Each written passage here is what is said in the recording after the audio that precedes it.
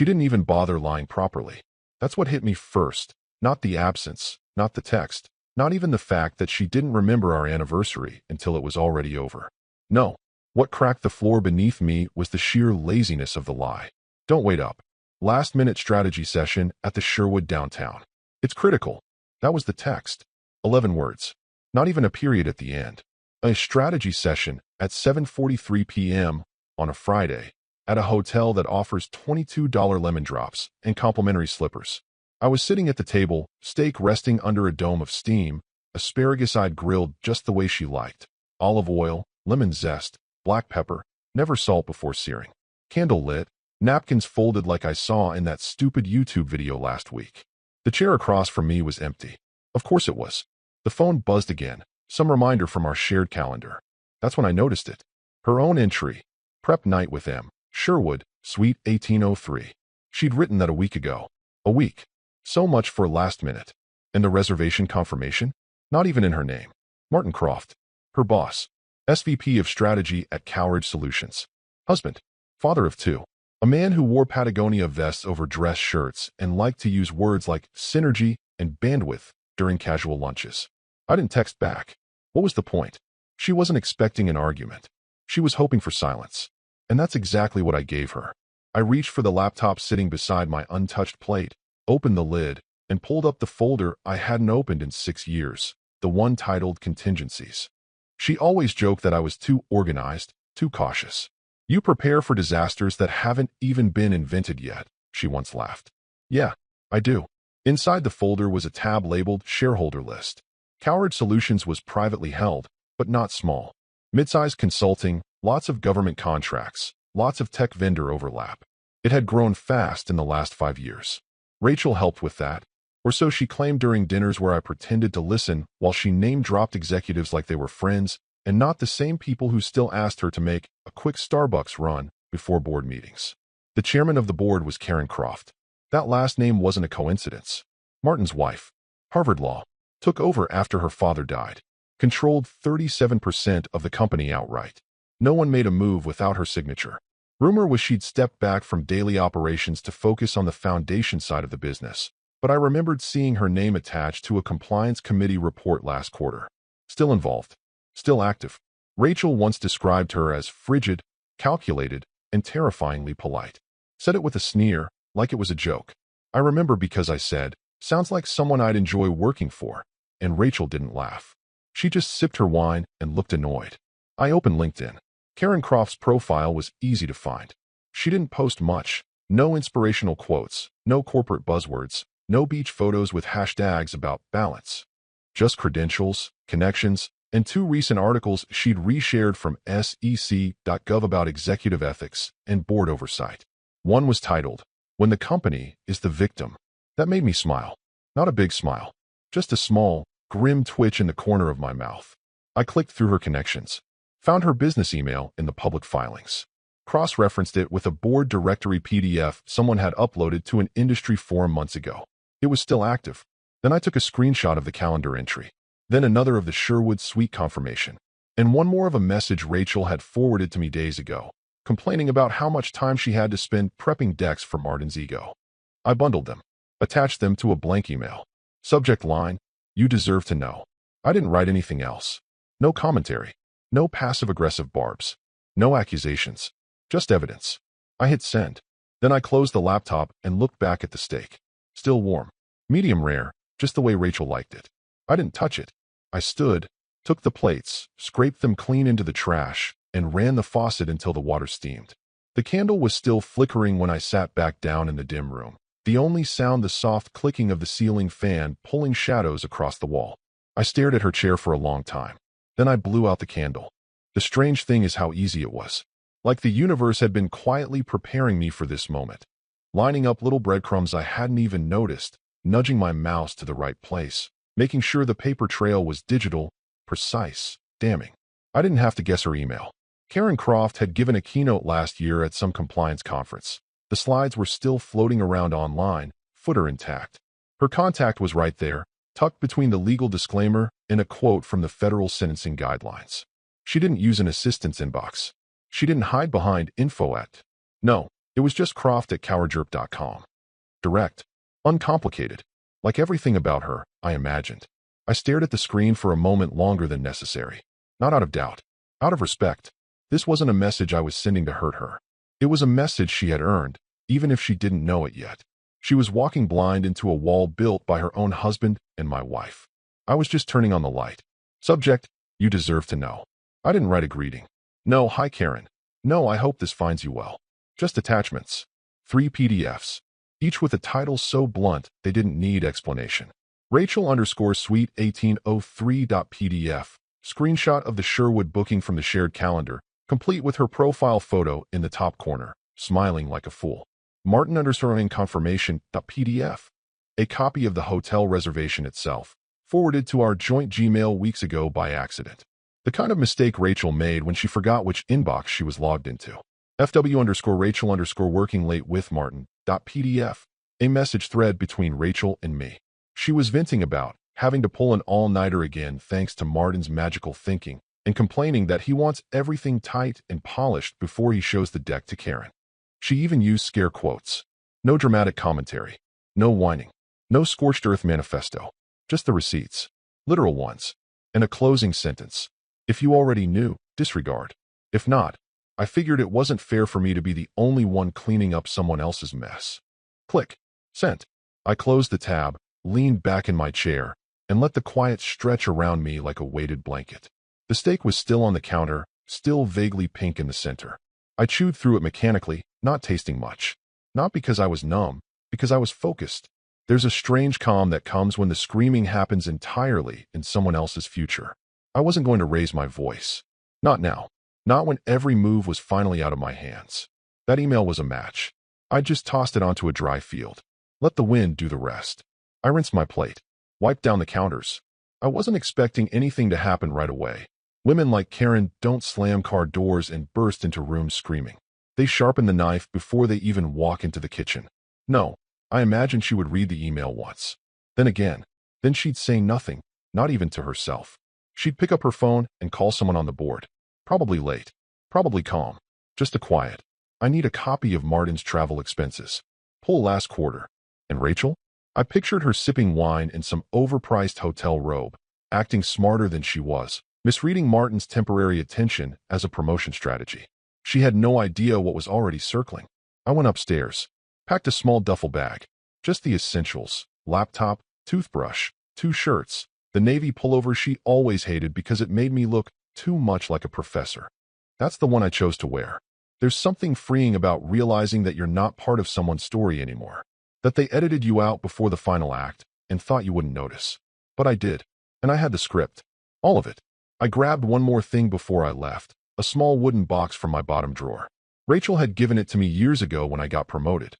She said it reminded her of how I always keep everything neat. Inside were 6 pens, all unused, and a printed card for when you sign the next big thing. I took one of the pens, just in case, locked the door behind me, drove to a hotel across town. Not the Sherwood. I picked a place with no bar, no valet, no lobby jazz music. Just a bed and walls and time. I checked in under my middle name. Rachel wouldn't notice. She'd never bothered learning it anyway. The fuse was lit. I had nothing else to do but wait. And let the other woman, the right woman, take it from here. They really thought they were untouchable. Rachel, my wife, the woman who once got anxious if I so much as raised an eyebrow when she overspent the grocery budget, was now lounging in a white Sherwood robe like she was auditioning for a reality show. Her hair still curled at the ends from her midday blowout, her lipstick just a little too fresh to have been from dinner alone. She looked smug in the photos Martin took, her wine glass tilted just enough to catch the pendant lighting in the bar. I saw it later, of course. A dozen selfies, all saved to her cloud account, which, God bless her idiocy, was still linked to the tablet she left on our shared Amazon profile. In one photo, Martin had his arm around her shoulder, fingers dangerously close to the strap of her dress. In another, she had her bare feet propped up on the table between them, laughing at something on his phone.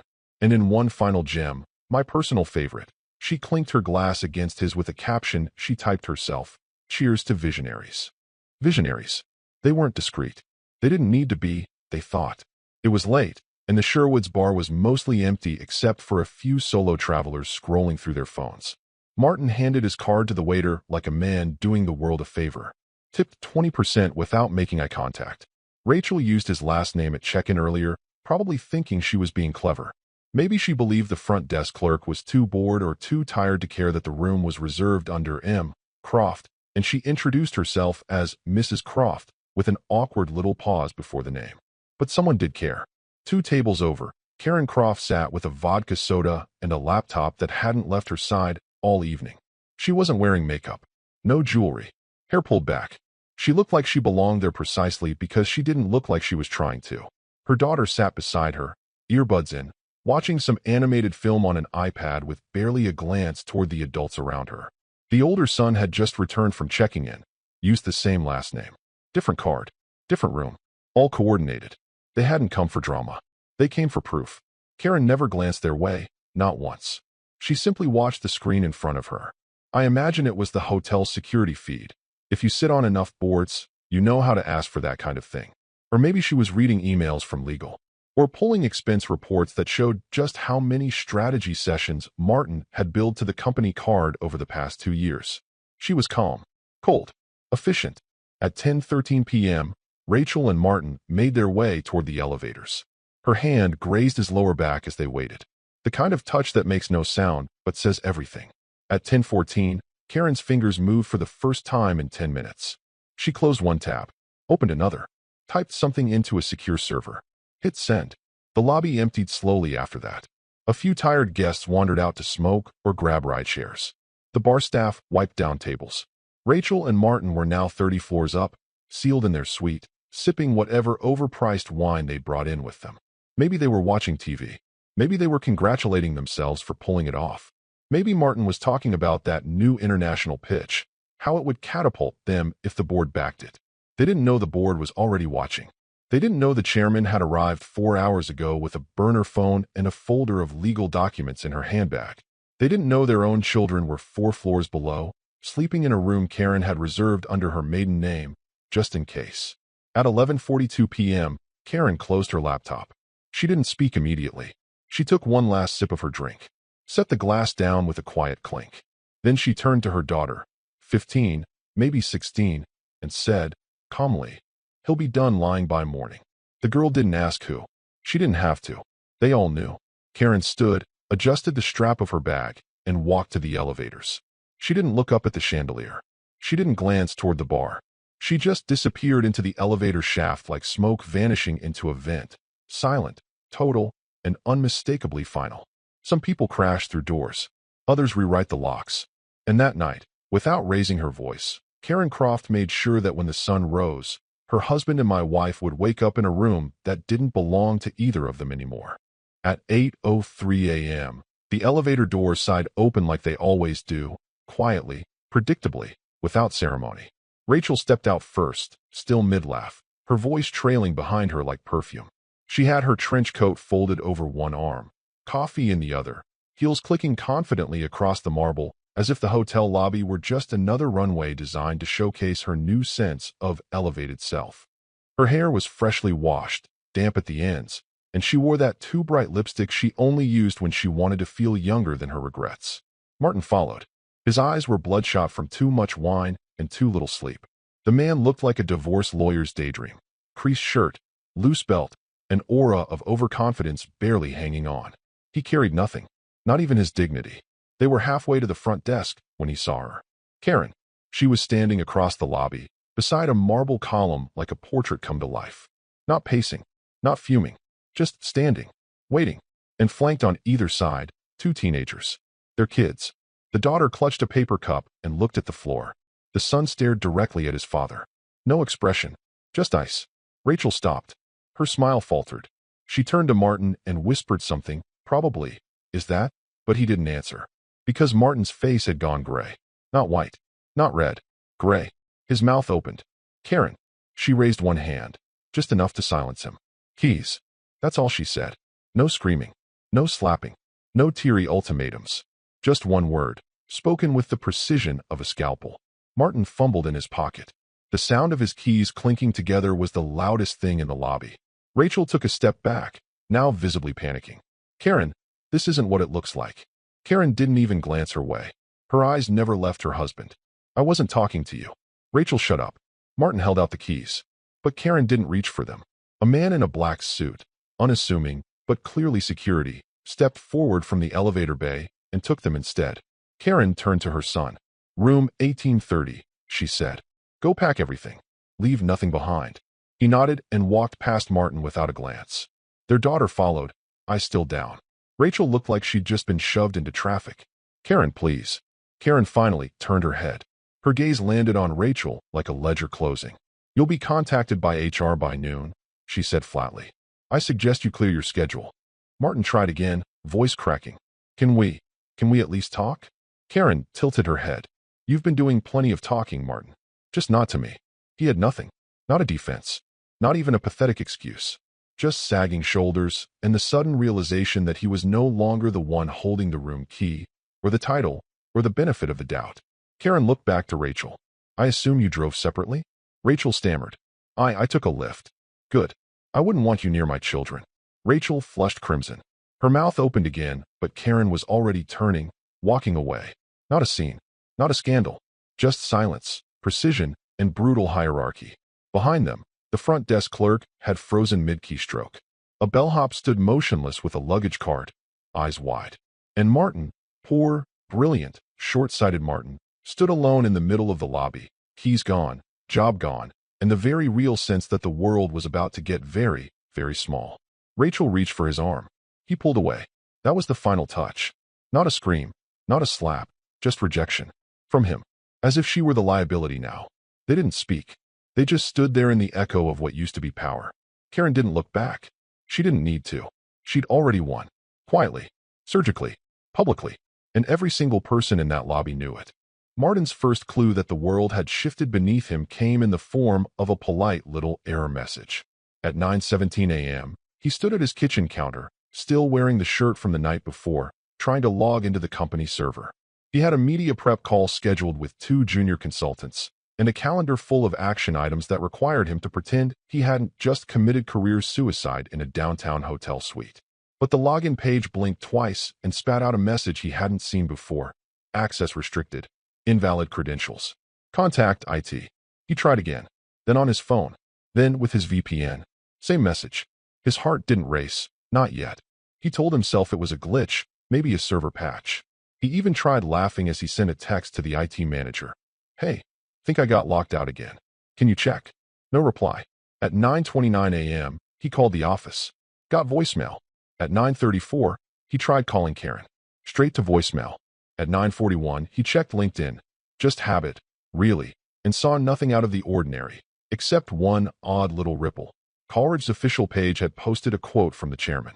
Strong companies are built on trust. Everything else is noise. No context. No hashtags. No link. Just that. Martin stared at it for a long moment. Then his hands began to sweat. At 10:02 a.m., in a co-working space on the other side of the city, Rachel was about to step into a client call when her phone buzzed with a message from her team lead. Postpone all meetings. HR will contact you. That was it. No smiley face. No context. She stared at it, rereading it twice, 3 times, as if new words might magically appear. 10 minutes later, the Google Calendar entries began disappearing in front of her eyes. Block after block turned gray, then blank. She tried calling her manager. No answer. She opened her email. Nothing new. Then, at 11:30 a.m., the subject line appeared. Violation of ethics clause. Preliminary notice. The sender? Lisa Chung, HR director. CC'd? Her manager, Karen Croft, and the company's general counsel. Rachel didn't even open it right away. She just sat there, staring at the bold text like it might evaporate if she blinked hard enough. When she finally clicked, it was somehow worse than she imagined. No warmth. No ambiguity. We are conducting a preliminary investigation into the use of company resources for non-business activities, including but not limited to undisclosed relationships with supervisors, misuse of travel expenditures, and potential conflicts of interest. Please be advised you are not to delete, forward, or otherwise alter any digital records, messages, or documents related to this matter. You are on administrative leave effective immediately. Her hands trembled on the mouse. Across town, Martin was on his 5th attempt to reach someone, anyone, at the office when his doorbell rang. It was a courier. A sealed envelope. Inside, a formal notice from the board of directors, citing extraordinary circumstances and invoking Clause 12.4 of the leadership contract. Translation: emergency session requested. No agenda attached. Just a signature line. Karen's. He read it twice, the heat draining from his face. This wasn't damage control. This wasn't HR cleanup. This was eradication. Back at her shared workspace, Rachel had moved to the stairwell, trying to steady her breathing. She dialed Martin. Voicemail. She texted, "Have you heard from legal?" No reply. 10 minutes later, "They froze my card." "Did they do that to you?" Still nothing. Then, finally, at 11:52, she got a reply. "Don't text me." 3 words. Cold. Final. No signature. She stood there, phone pressed to her palm like it might bite her. The walls were closing in. Not metaphorically, literally. The company had frozen her access. IT had disabled her credentials. The card she used for client lunches and reimbursable expenses was declined when she tried to pre-order an Uber back home. And at that exact moment, at 12 p.m. on the dot, every member of Coleridge's board received a digital packet. Inside, screenshots, calendar entries, expense reports, room bookings, a detailed timeline of events. The subject line read, "Chairman request, emergency board review, immediate action recommended." Karen didn't send it from her usual address. It came from her compliance mailbox. No flair, no commentary, just fire. The fuse was no longer lit. It was burning, and nothing could stop it now. The memo dropped at 1:07 p.m. Not a whisper, not a hallway rumor, not some cryptic email buried in euphemisms. It was bolded, branded, and pinned to every team Slack channel and inbox across the company. Subject: Executive Leadership Review and Transition Period Announcement. The message was short. No flourishes. Just bullet points. Each one a quiet detonation. Effective immediately, Chairman Karen Croft will assume interim CEO responsibilities during the transition period. A full audit of travel, expense, and personnel policies is underway. All discretionary corporate card access is temporarily suspended pending review. Managers are instructed to refrain from any commentary. Questions may be directed to legal or human resources. No names mentioned, but everyone knew. The omission was the signal, and it echoed through the building like a pulled fire alarm. In the 15th floor cafeteria, Rachel stared at her phone like it had betrayed her. Her badge no longer opened the door to the executive lounge. The team calendar no longer displayed her name for the Zurich conference. Her assistant, well, former assistant, had quietly taken down her nameplate and replaced it with a laminated placeholder. TBD. She stood there for a moment, jaw set like she might storm into someone's office and demand an explanation. But there was no office left that wanted her in it. Downstairs, Martin had just finished attempting damage control with one of their vendor liaisons. He didn't have clearance anymore, but he was still clinging to the fantasy that if he acted normal enough, long enough, the storm might pass. He tried to walk back into the building from the parking garage, swiping his badge like muscle memory. Red light. He tried again. Same result. The lobby receptionist, new girl, maybe 25, nervous as hell, stood up and said, "Mr. Croft, I think they asked you to wait downstairs today." He gave a tired smile, tried to laugh. "I've worked here for 8 years." She didn't reply. She just nodded awkwardly toward the couch near the glass wall. Then they arrived. 2 men. Not security in the mall cop sense, real corporate security. The kind that dresses like law firm interns and never raises their voice. One had an earpiece. The other held a tablet. "Mr. Croft," the taller one said, "you're scheduled for an exit debriefing. We'll escort you up to retrieve your personal items." Martin blinked. I still have calls today." The taller one didn't flinch. "The calendar's been updated." He laughed again. The sound was hollow, almost desperate. "Is this really necessary?" The shorter one finally spoke. "Sir, she outranks all of us." That landed like a slap. They rode the elevator in silence. He didn't speak. Neither did they. Floor after floor passed like pages being torn from a calendar. When they reached the executive suite, the doors opened into a hallway so quiet it may as well have been abandoned. His assistant's desk was empty. No coat, no coffee cup, just a stack of manila folders and a note. Left at 12:30. Good luck. Inside his office, the shelves were bare. Someone had already boxed his awards. Photos of his kids. The hand-signed letter from the CFO he once framed like a diploma. All of it, reduced to a banker's box labeled property of M. Croft. He stared at the desk for a long time. Then he walked over, picked up the box, and turned back to the 2 men waiting just outside the door. Can I at least say goodbye to my team? The tall one didn't blink. They've been instructed not to gather. He carried the box down the hallway past glass offices that now seemed larger, colder, and unfamiliar. Faces turned away. Some pretended to be busy. A few stared, none with pity. Just curiosity. The kind people reserve for train wrecks that don't involve blood. By the time they reached the elevator, his box was heavier than it should have been. The doors opened. He stepped in. They did not follow. Just before the doors slid shut, Martin turned back and caught sight of a final detail. Karen's new nameplate. It hadn't been there this morning. Now it was etched in brushed steel and mounted dead center outside the CEO's office. No title, just her name. As if to say, no one else is needed. The doors closed. Outside, Rachel sat in her car, gripping the wheel with white knuckles. She hadn't started the engine. Her phone sat on the passenger seat. She kept expecting it to buzz. A call from Martin. From legal. From someone. Nothing. The silence stretched long and thick. She looked down and noticed something odd. Her Cowridge corporate ID badge, clipped to her purse, like always, was missing its RFID chip. Peeled off. Deliberately. She hadn't even noticed it happen. The system had. And now, it had erased her. Rachel walked into the house like a woman expecting a fight. Shoulders tight, jaw set. Her heels clicked against the tile like punctuation marks in a speech she hadn't rehearsed. The front door swung closed behind her with a finality that made her flinch. But the silence that followed was worse. No dog barking. No ESPN hum from the living room. No faint scent of coffee lingering in the air. Just stillness.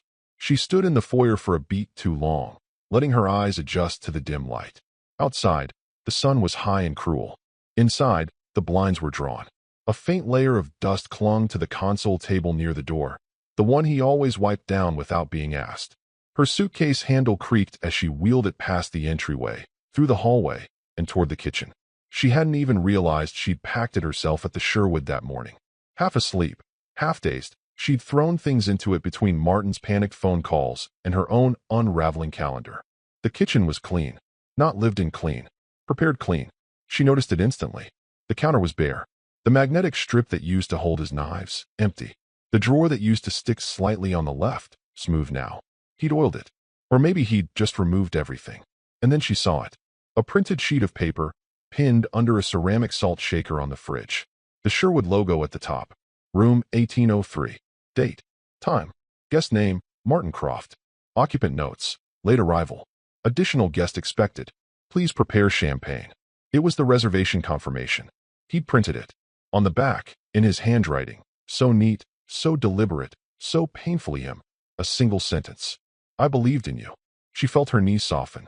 Not collapse. Just give, slightly, like the foundation of something old finally realizing it can't carry the weight. She pulled the note from under the salt shaker with shaking fingers. Held it like it might dissolve. Read it again. And again. It wasn't angry. It wasn't cruel. That's what gutted her. It was honest. Which made it permanent. She dropped her suitcase in the hallway and rushed upstairs. The bedroom door was open. Too open. Like it had been left that way on purpose. The closet was gutted. Not in a messy, dramatic way. He'd packed carefully. Hangers were spaced evenly. The row of ties he'd always kept sorted by color was gone, but the hooks remained. His cologne, the one she used to tease him for overusing, was missing from the dresser. The drawer where he kept his watch and ring, empty. Not even dust. She opened the nightstand drawer and found only one thing. A photo. It was from their 10th anniversary. They were both smiling, holding glasses of red wine. She looked younger. He looked the same. Steady. Present. She'd forgotten this photo existed. She sat on the edge of the bed and stared at it. For how long, she didn't know. Eventually, she went to the bathroom. His toothbrush, gone. Razor, gone. The mug he used to keep his contacts in, gone. Only her things remained, lined up in smug, unbothered rows. The house wasn't empty. She was. Downstairs again. She walked through every room like she was searching for something to be mad at. A scratch in the floor. A broken plate. A drawer left ajar. There was nothing. No damage. No explosion. Just absence. The keys were on the counter. Not tossed. Not hidden. Placed. Next to them, a small envelope. Her name on it. Inside, a USB drive. She plugged it into her laptop. A folder opened. For records. Dozens of PDFs, scans of statements. Calendar screenshots. Text logs. All labeled with timestamps. Everything Martin would need to protect himself in court, if it came to that. She scrolled until she reached one last file. Anniversary dinner _ prepped menu.pdf. Her breath caught. It was a 2-page document. Recipes. Notes. A shopping list. At the top. 20th, her favorite night. He'd planned it. Every detail. The seared steak. The lemon asparagus. The bottle of the Bordeaux they'd shared on their honeymoon. There was even a sticky note scanned in, labeled, "Set playlist to track 4, still yours." She closed the laptop. Now she was crying. Not loud. Not gasping. Just leaking. It wasn't the affair. It wasn't even the career implosion. It was that she had been chosen once. Quietly, deeply, without ceremony. And she threw it away for a man who texted her "you up?" like a punchline. She sat on the floor of the kitchen, legs folded awkwardly beneath her, and stared at the fridge. At that damn note. I believed in you. Not, I loved you. Not, I miss you. Believed. Past tense. Done. And now? Now, there was no one to explain herself to. Not even him. The conference room on the 22nd floor wasn't used often. Too sleek. Too clinical. No warmth. Just glass walls, matte black chairs, and a circular table that made no one feel truly at home. Which, of course, was the point. At 8:59 a.m., every board member was already seated. Water glasses untouched. Laptops open, but nothing typed. No idle chit-chat. Only one person was still missing. At 9 o'clock sharp, the doors opened. Martin entered wearing the wrong suit. An off-navy thing that used to fit when he still had a future. His tie was askew. His face mottled with a sheen of cold sweat.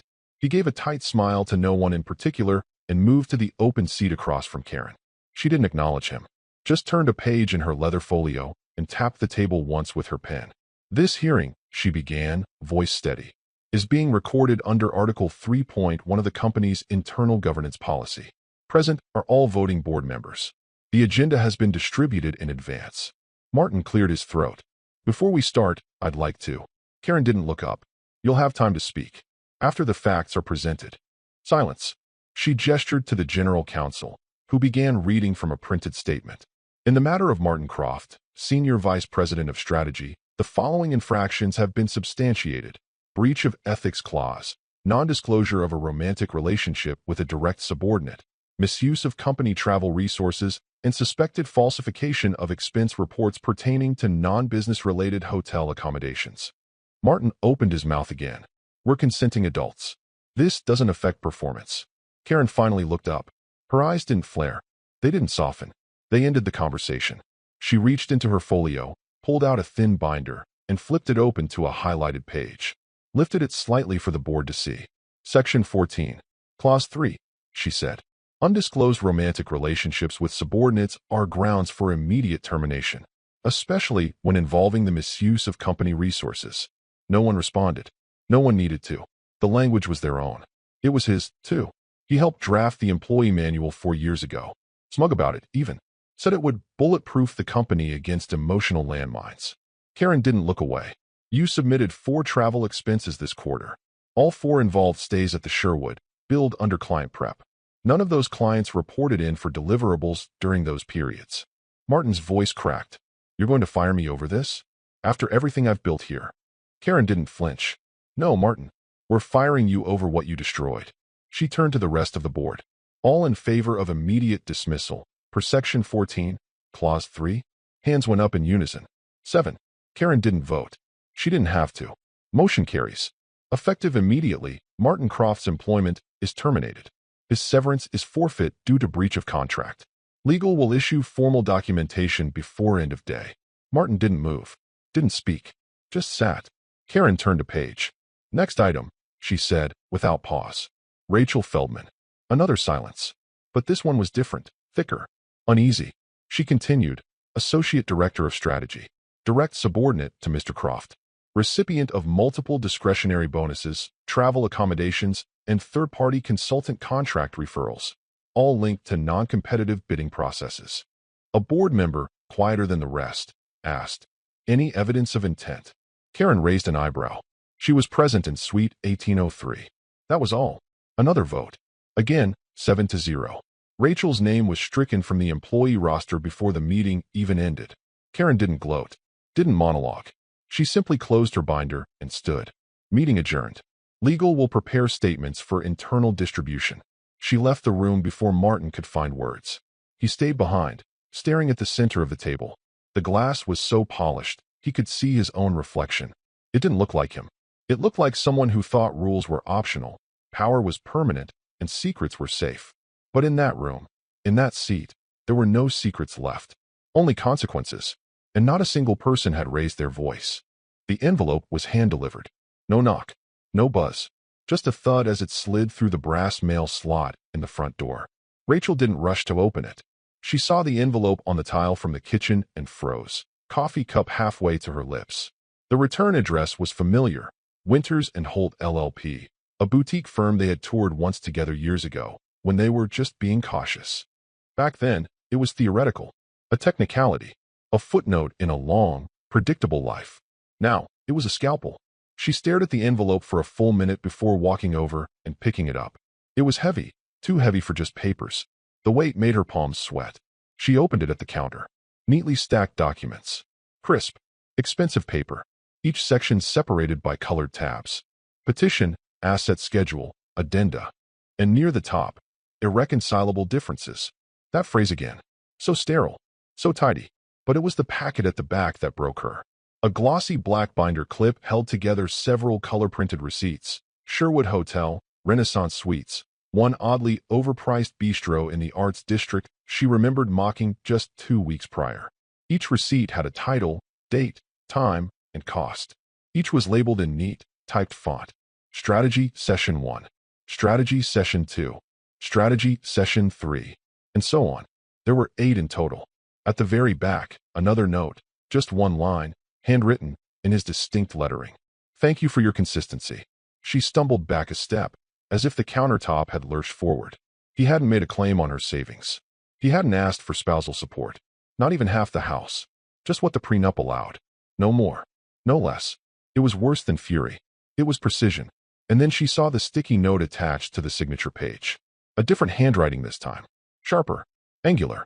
Karen, we'll be reviewing your involvement in our vendor contract renewals as well.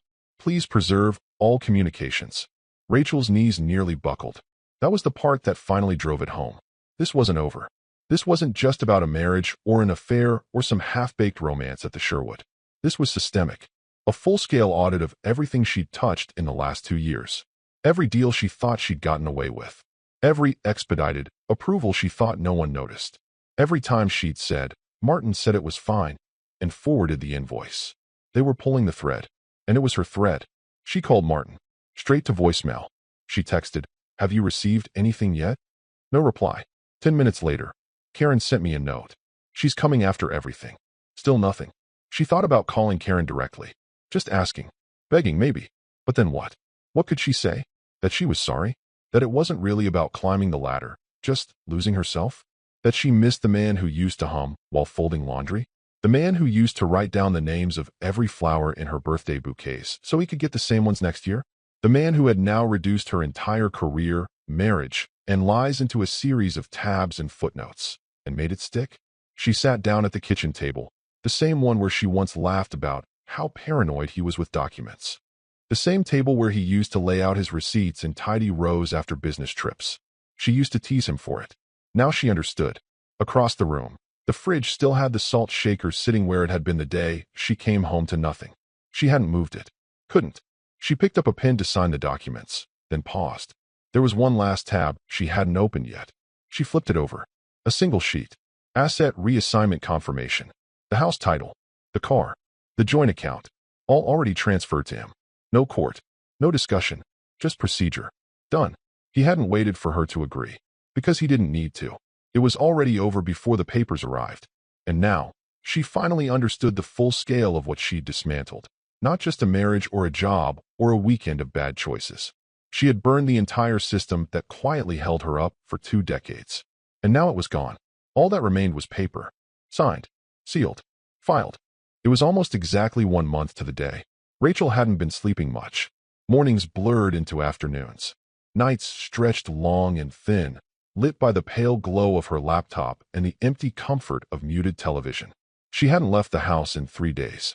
There was no reason to. No job to go to. No inbox to refresh. Just bills to ignore and job applications to abandon halfway through. always stopping at the line that asked for references she could no longer name. The silence had turned loud. She still checked LinkedIn every morning. Reflex, maybe. Some kind of masochistic routine. She told herself she was keeping up with industry shifts. The truth was uglier. She was looking for cracks in the foundation she'd helped break, hoping, praying, that someone else had fallen too. That someone would say her name, even with disgust. That someone would remember she existed. Instead, the feed was the same as always. Promotions, work anniversaries, conferences she hadn't been invited to. Motivational quotes from people who'd never spent 2 hours practicing fake sincerity in a Sherwood Suite mirror. Then came the post. It stopped her cold. Karen Croft, chairman of Cowridge Solutions. Never one for personal content. She barely posted. No birthday photos. No conferences with matching polos. Her last update had been a company policy link and a note about cybersecurity compliance. But this was different. It was a photo. A simple, well-lit image. Karen, standing in the center, wearing a dark blazer.